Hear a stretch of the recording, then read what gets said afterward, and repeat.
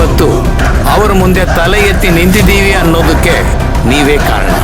ಇದು ನಮ್ಮ ಗೆಲುವಲ್ಲ, ನಿಮ್ಮ ಗೆಲುವು.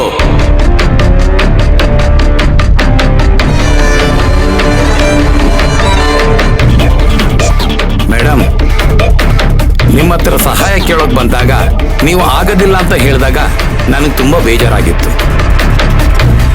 4-5 ವರ್ಷಗಳಿಂದ ಈ ಟೆಂಡರ್ ನಾವೇ ತಗೊಳ್ತಾ ಇದ್ವಿ. ಆದ್ರೆ ಈ ಸಲ ಮಿಸ್ ಆಗಿ ಹೋಗ್ಬಿಡುತ್ತಲ್ಲ ಅಂತ ತುಂಬಾ ಟೆನ್ಷನ್ ಆಗಿತ್ತು. ಆದ್ರೆ ಮತ್ತೆ ನೀವು ಕರೆದು ಈ ಐಡಿಯಾ ಕೊಟ್ರಲ್ಲ, ಅದು ಸರಿಯಾಗಿ ವರ್ಕ್ ಆಯ್ತು.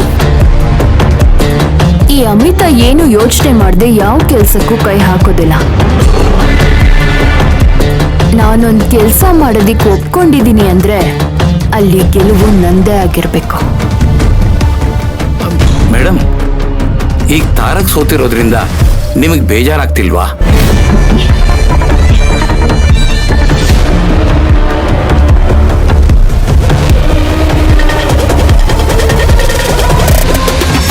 ಆ ಸೋಲನ್ನೇ ನನ್ನ ಗೆಲುವಿನ ಮೆಟ್ಟಲಾಗಿ ಮಾಡ್ಕೊಳ್ಳೋದು ನನಗೆ ಚೆನ್ನಾಗಿ ಗೊತ್ತು ಶ್ರೀನಿವಾಸ್.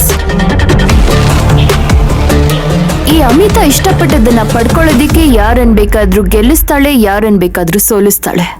ನಿಮ್ಮ ಸಪೋರ್ಟ್ ಯಾವಾಗ್ಲೂ ಹೀಗೆ ಇರಲಿ ಮೇಡಮ್. ಅವ್ರ ಹತ್ರ ಕಮಿಷನ್ ಬಗ್ಗೆ ನಾವು ಎಷ್ಟು ಮಾತಾಡಿದ್ವೋ ನಾವು ಅದನ್ನ ಕಳಿಸ್ತೀವಿ. ಆದ್ರೆ ಅವರು ಕ್ಯಾಶ್ ಬೇಡ, ಗೋಲ್ಡ್ ಕಾಯಿನ್ ರೂಪದಲ್ಲಿ ಬೇಕು ಅಂತ ಹೇಳಿದ್ದಾರೆ. ನಾವು ಅದಕ್ಕೂ ವ್ಯವಸ್ಥೆ ಮಾಡ್ತೀವಿ. ನನ್ನಿಂದ ನಿಮ್ಗೇನೋ ಗೆಲುವು ಸಿಕ್ತು, ಆದ್ರೆ ನಿಮ್ ಕಡೆಯಿಂದನೂ ನನಗೆ ಗೆಲುವು ಸಿಗ್ಬೇಕಲ್ವಾ? ಅದಕ್ಕೆ ನಿಮ್ಮಿಂದ ಒಂದ್ ಕೆಲ್ಸ ಆಗ್ಬೇಕು.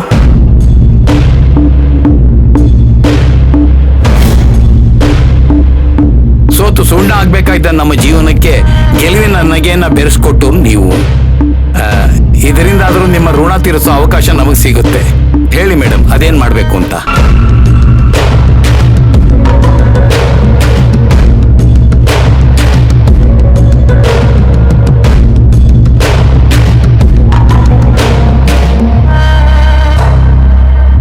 ಇಷ್ಟು ಕೆಲಸ ಮಾಡ್ಕೊಡಿ.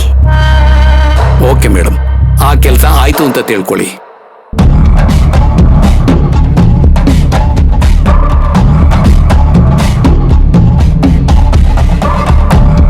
ಮೇಡಮ್, ಇದರಿಂದ ನಮಗೆ ಯಾವ ತೊಂದರೆನೂ ಆಗೋದಿಲ್ಲ ತಾನೆ?